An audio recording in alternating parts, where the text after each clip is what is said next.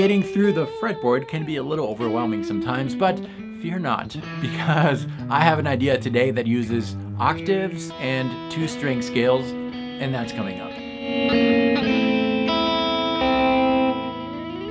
Hi, my name is David Wallerman. Welcome to this channel, which is all about helping guitar players like yourself find your voice on the instrument, develop it to tell your own personal, beautiful story.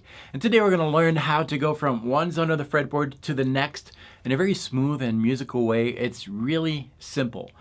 And we're going to use octave. So let's get to the close-up. We're going to talk about that. Grab your guitar too, because I want you to do the work as you go through this lesson. That's going to be the most beneficial. If you're just watching it, thank you. But you're not going to learn much. Grab your guitar. I'll be right here. Let's go. Before we get started, let's talk a little bit about octaves. An octave is the distance between two notes that have the same name. So if we have a G on the low E string here, the next G that we encounter on the range of different notes is that pitch right there. That's what an octave is. Those two notes have the same name. They don't have the same exact pitch, but they have the same function because they have the same names. And we're going to use that. We're going to use that in a 3-octave way on our fretboard. Because we're considering that we're using a 6-string guitar, we're gonna pair strings. We're going to have 3 pairs of strings. Strings 6 and 5, 4 and 3, 2 and 1. And those pairs of strings are going to allow us to play the same exact thing as long as we can start our idea an octave higher. Same exact fingering, just different frets, but because we're starting an octave apart. So let's start with those octaves, finding those octaves. We're going to make things super simple. We're going to consider that the note that we want to play an octave higher is going to be on the low E string all the time. We'll just pretend, okay? So if we have a note on the low E string 3rd fret, that's a G. By the way, the name of the note doesn't matter. It can be anything. It doesn't matter. But the shape to find an octave from that note is going to be 2 frets higher and skip the next string to the next. So basically we're skipping a string in between. If we're starting on the 3rd fret, skip the next string, 2 frets higher, 5. So that's the octave for that note, okay? So if you started an idea on the low E string, you can play the same exact fingering, the same exact shape, but an octave higher, where you skip the next string and 2 frets higher. Okay, that's what we have. Now from that string, the 4th string, an octave higher will be the same principle. You skip the next string to the next, which is the 2nd string, but this time you're going to go 3 frets higher. Unless you're using a tuning in perfect fourths, that makes it super easy. Players like Tom Quayle uses that. My friend Tom uses that tuning for that reason. It makes the fingering way easier. You don't have that difference whenever you have the B string and the G string together. It's going to be the same exact shape. If that was above your head, don't worry about it. Just know that tuning in perfect fourths has its advantages, and that's one of them. But you might have to relearn all your shapes. Okay, so that's what we have, okay? So we've got a note on the low E string, an octave higher, and an octave higher. And just remember how those octaves are found. You skip a string in between each time, and you go either 2 frets higher or 3 frets higher. And whenever you go 3 frets higher, that's when you have the 2nd and the 3rd string involved at the same time. Now that you know that, it's pretty simple. Just get used to that. So play any note on the low E string, find it an octave higher and an octave higher, and you're good. Now, do the same thing. This time start on the 2nd string, play a note, and find the octave lower. So remember, lower, you skip a string. It's going to be 3 frets below if you have strings 2 and 3 involved at the same time. And from there, an octave lower, 2 frets below. That's what we have. Okay? And so forth. All right, now that we have that, we're going to play an idea on the low E string.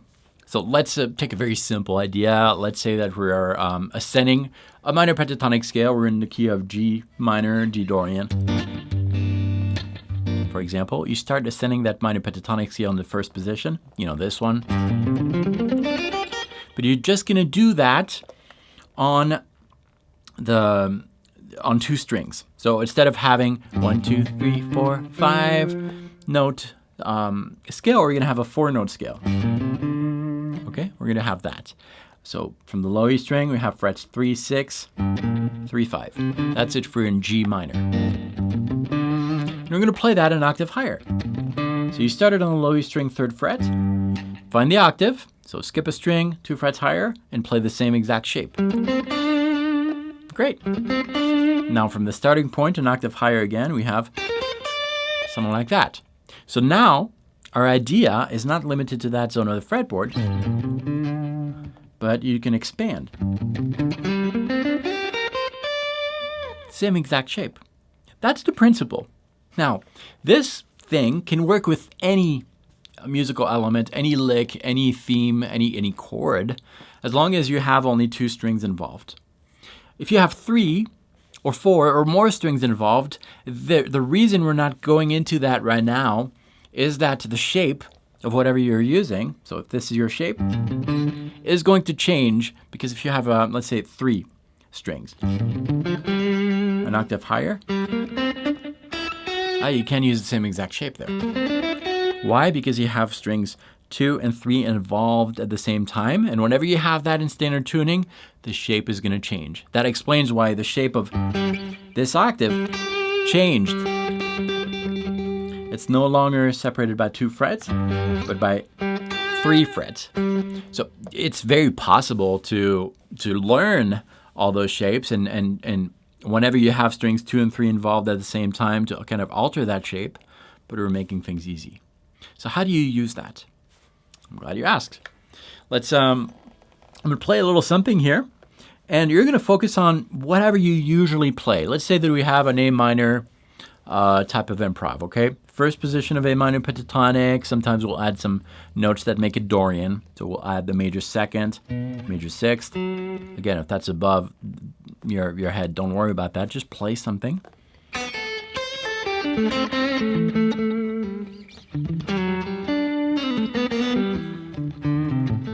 And whenever you feel that you've said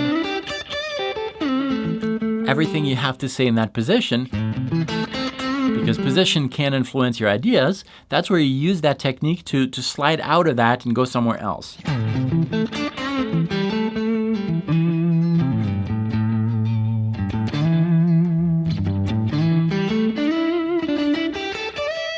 That's what I did there. I used an idea across 2 strings and played it in an octave higher. Something like that. We could do that with arpeggios too. Let's say now that we are in G major 7 kind of thing. And we're improvising in an Ionian context.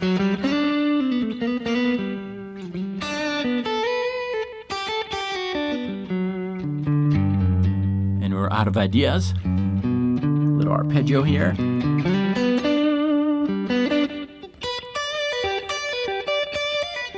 And I'm in a different zone of the fretboard.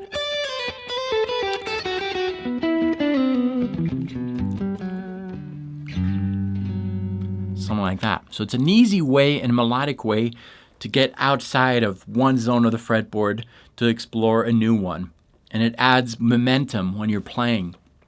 Because even though we're dealing with the same notes over and over across the fretboard, and even though I usually say in my lessons that you shouldn't have your leads completely influenced by finger positions. You should guide those notes by thinking about these notes.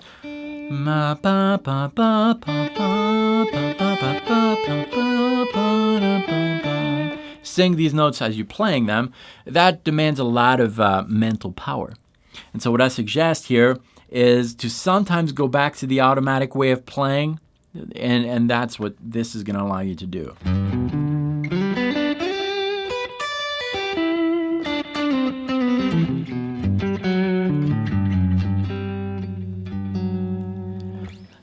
All right, let's play a little bit with this. I'm going to give you an idea, And we're going to play that idea 3 times in 3 zones of the fretboard. And I want you to do the work. So the first idea is this one. Okay, that's the idea. We don't even care about what key it's in, the notes or whatever, but that's the shape. Starting on the low E string, we have frets 5, 7. On the next string, we have 5, 9. Okay, so that's our shape. Play that an octave higher. So that means that instead of using this pair of strings, strings 6 and 5, you're going to use the next pair, strings 4 and 3. An octave higher would be, it would be this. It would be 7, 9, 7, 11. Okay? Now play that idea an octave higher. So take the starting note, find the octave of that. Remember, skip a string. This time 3 frets higher. 1, 2, 3, 4. Or sorry, 1, 2, 3. And play that idea an octave higher. And you should be playing on the second and first string, frets 10, 12, 10, 14. Altogether, we have something like this. Okay? Now, you don't have to play it in a very mechanical way, as in, you can, but you can also take liberties by phrasing with that idea.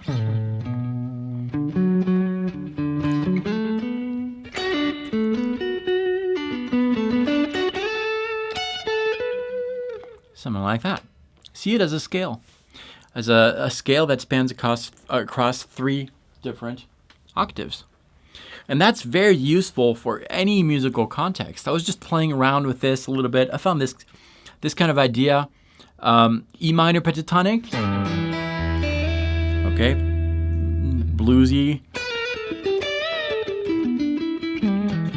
And I that was earlier before filming this, and I figured this kind of lick.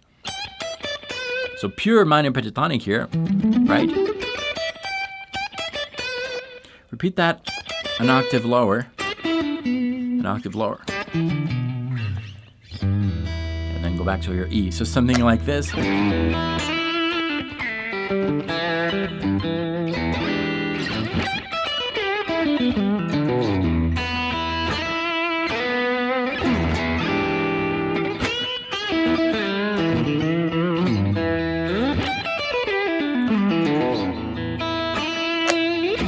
A lot of different things can be done with that, and that's today's idea. I hope you like it.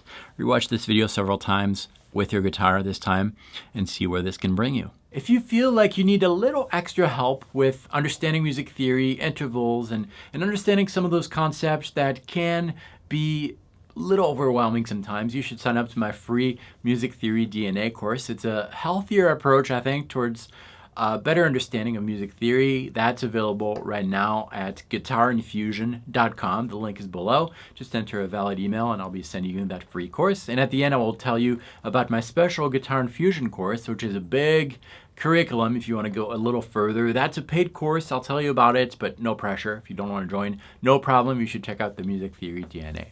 And if this was your first visit on this channel, thank you so much for watching this video. If you haven't already, you should subscribe because I have about 3 videos coming every week targeted towards your own musical development, finding your voice on the guitar to tell beautiful, unique stories with music. That's what this is all about. Remember, nobody can play the way you play. I'll see you next time.